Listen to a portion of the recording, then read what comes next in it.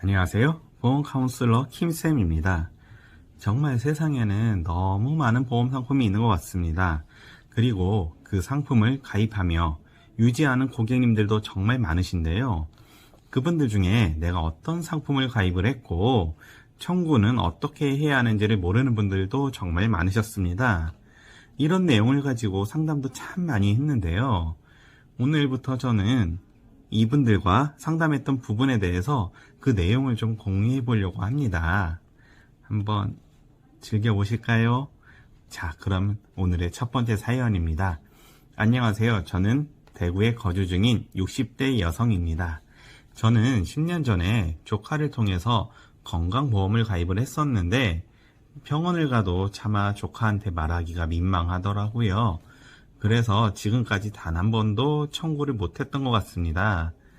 그런데 이제는 저도 좀 청구를 좀 해보고도 싶고 한데 도대체 어떻게 해야 하는지 알 수가 없어서요. 그래서 선생님께 연락을 드렸습니다. 어떻게 하면 제가 청구도 하고 이런 보험을 관리를 좀 받을 수 있을까요? 네, 고객님, 최근 병원 다녀오신 내역을 확인하기 전에 어떤 회사에 어떻게 가입하고 계신지 확인을 좀 해보아야 할 것 같습니다.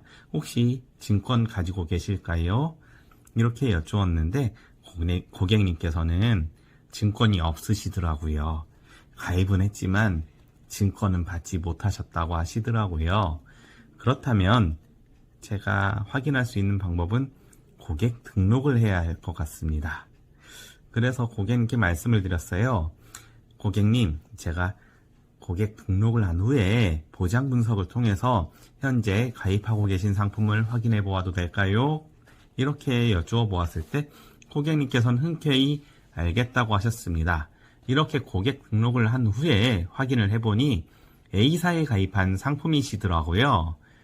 상세 내역을 확인한 후에 고객님께 최근 병원 다녀오신 내용을 세부 내역서로 한번 보내주실 수 있으실까요? 하고 요청을 해보았습니다.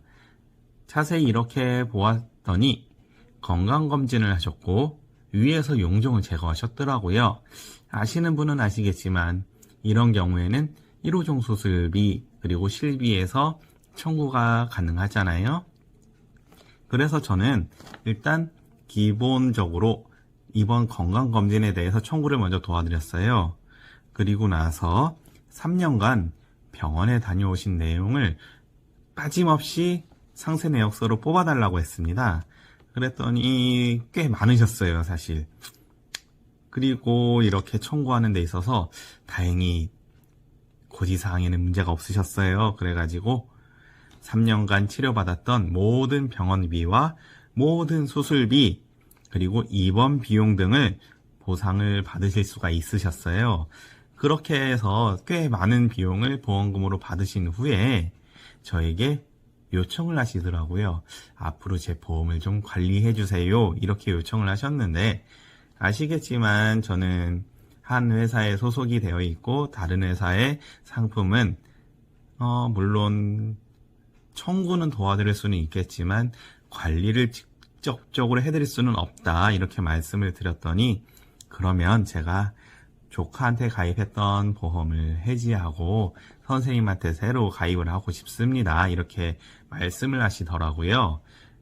그래서 저는 이미 위에서 용종도 떼셨고 연세도 60세가 넘으셨기 때문에 기존 보험을 유지하는 게 더 좋으실 텐데 그래도 저한테 오시는 걸 바라실까요? 했더니 두 번 생각하지 않으시고 그냥 해지하고 저한테 가입을 요청을 하셨습니다. 그래서 저는 슬기로운 간편보험을 통해서 기존에 한 20만원 정도 내셨던 보험료를 한 15만원 정도로 조금 줄여서 대신에 보장 범위하고 보장 내용은 줄여서는 안 되겠죠.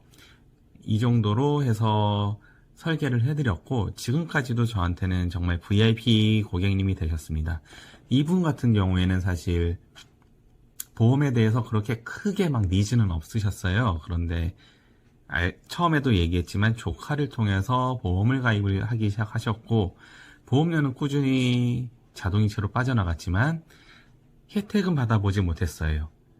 이런 분들이 꽤 많으실 거예요.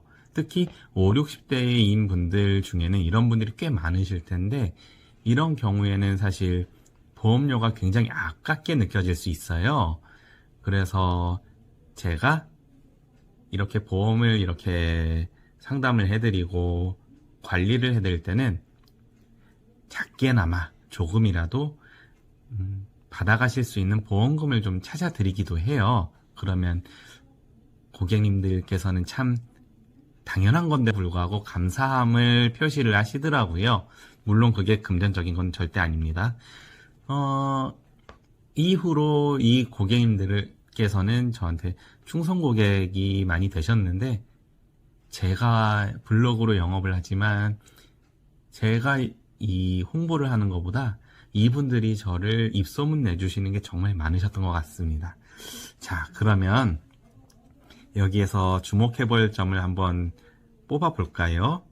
저도 물론 계속해서 이 말씀을 드렸지만 저도 보험 설계사입니다. 그런데 보험과 이 고객님과의 관계는 사실 종점이라는 부분이 분명히 있습니다.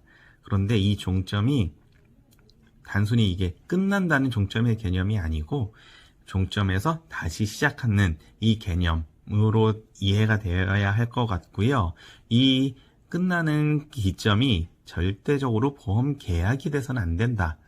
보험 관리, 그리고 청구, 그리고 또 다시 새로운 상품으로의 이 전환, 이런 방식으로 계속 사이클이 되어야 한다 저는 생각이 돼요. 이렇게 했을 때 고객님들도 만족을 하시고 나도 뭔가 관리받는구나 라는 걸 느껴보실 수가 있으시더라고요. 이 부분은 꼭 이해해 주시기 바라겠습니다. 오늘 에피소드는 여기서 마무리를 좀 지어보려고 합니다. 처음이라서 저도 사람인지라 처음이다 보니 조금 중간에 말도 조금 더듬고 실수도 좀 했는데요. 너그러이 양해해 주시고요. 앞으로 더 좋아지겠지요? 이 모습을 기대하면서 구독과 좋아요는 저에게 큰 감동을 줍니다. 그러면 다음 에피소드로 또 인사드리겠습니다. 감사합니다. 지금까지 보험 카운슬러 김쌤이었습니다. 감사합니다.